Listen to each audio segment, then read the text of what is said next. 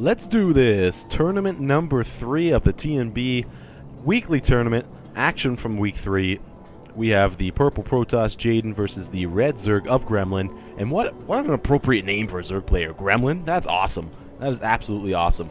Before we get underway with this game too heavily, I would like to point out that the forums are growing so much, so we want to thank everybody who is there. Once again, it is tnbstarcraft2.com. So sign up for the forum, sign up for some tournaments, and help us out, help yourselves out. I mean, who doesn't like to play StarCraft? I know I like to play it a lot, and I get questions a lot from people saying, you know, why on earth did you decide to do a gold and below tournament or a gold and below website? You know, that's not going to be very popular. Well, you know what? Majority of players who play StarCraft are gold and below, so, and you know what, they don't get any recognition because they obviously help build the community and build Blizzard, so why not? I'm a gold level player. Maybe platinum one day, who knows? I don't play 1v1 nearly enough to get there, but regardless, please check out the website. Once again, tnbstarcraft2.com. We have a new ladder system in place, which went in place last tournament, so you can see how well you place in the tournaments and where you rank amongst the other players. The Week 10 tournament is set. We are full, but don't forget, email Talbot because we do have a couple of dropouts, usually every week. So even if we are full, don't forget to send Talbot an email saying you want in. It is tak188@hotmail.com, and he will let you know immediately if there is a spot open for the tournament. We are also working on an achievements. Sorry, I had that on normal speed. We put that to faster. Wow, what am I doing? But we also have an achievements thread going up. So what we're going to do is we're going to create achievements which will go towards your ladder points. So I think we're going to do it for this week, tournament number 10. And all it's going to be is, oh, you see Jaiden there. Kind of signature staple of his game. He likes to steal the gas from his opponents. But the achievements will go towards your ladder points. It's going to be things like, you know, most creative play of the week or biggest upset of the week. And how you apply for them, I believe what we've settled on is, oh, look at this probe hiding. Maybe a little proxy pylon going up there.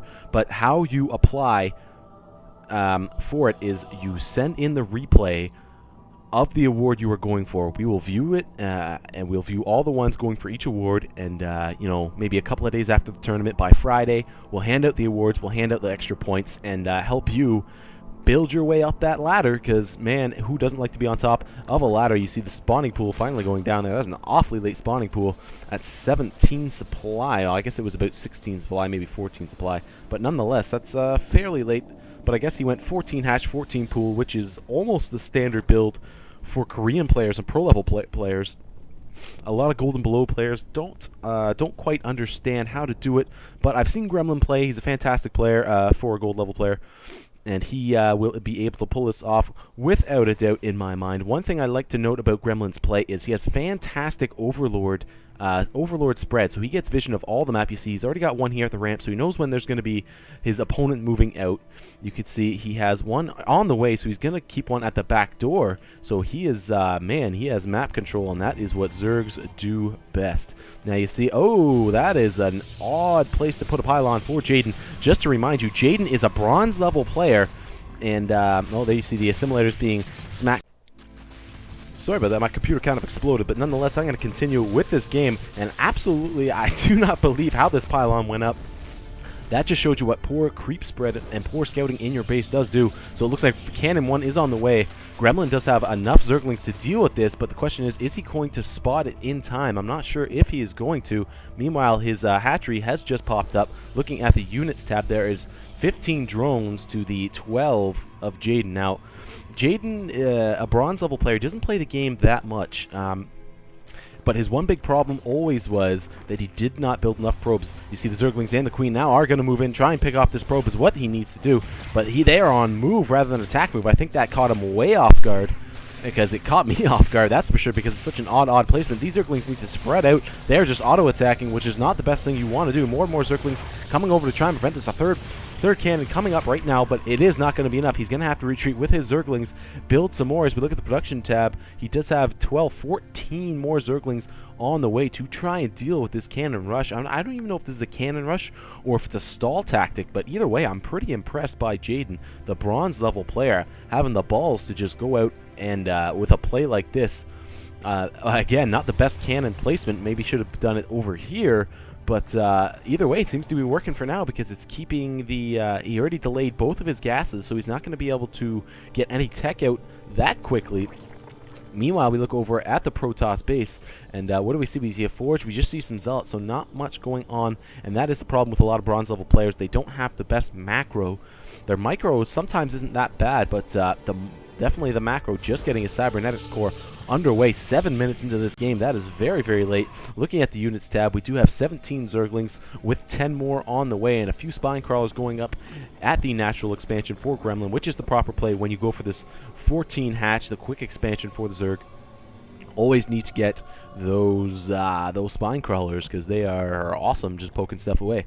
He does have several Zerglings now with Zergling speed on the way. Interesting to note that he did get the Zergling speed even though he is very, very far behind on his gas. So he's not going to be teching up anytime soon because he does not even have his lair tech on the way or started. Probably going to be starting that any minute now, but we will see. Here go the Zerglings. They're going to move in with this Queen to try and poke away these cannons. They're going to let the Queen take all the damage. Not too sure about that. Loses his Queen, though he does have another one for backup. Needs to spread these Zerglings out. He is auto-attacking these cannons, which is not the appropriate play. You can attack all, which is fine because they will spread themselves out. Possibly, I mean, he only had one pylon there, so going for the pylon probably would have been the best choice. But those 17 Zerglings, I think he had more than 20 at one point. He just kind of threw those away to those cannons. You see these cannons definitely paying for themselves. This one has 10 kills. This one has 14 kills. Let's take a look at the income tab.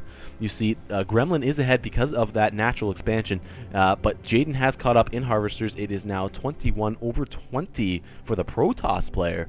So I guess that cannon rush or that cannon build was certainly effective. You see Jaiden was trying to get more cannons in here, but that is not going to work. Even his probe, that cannon, that pylon is going to go down.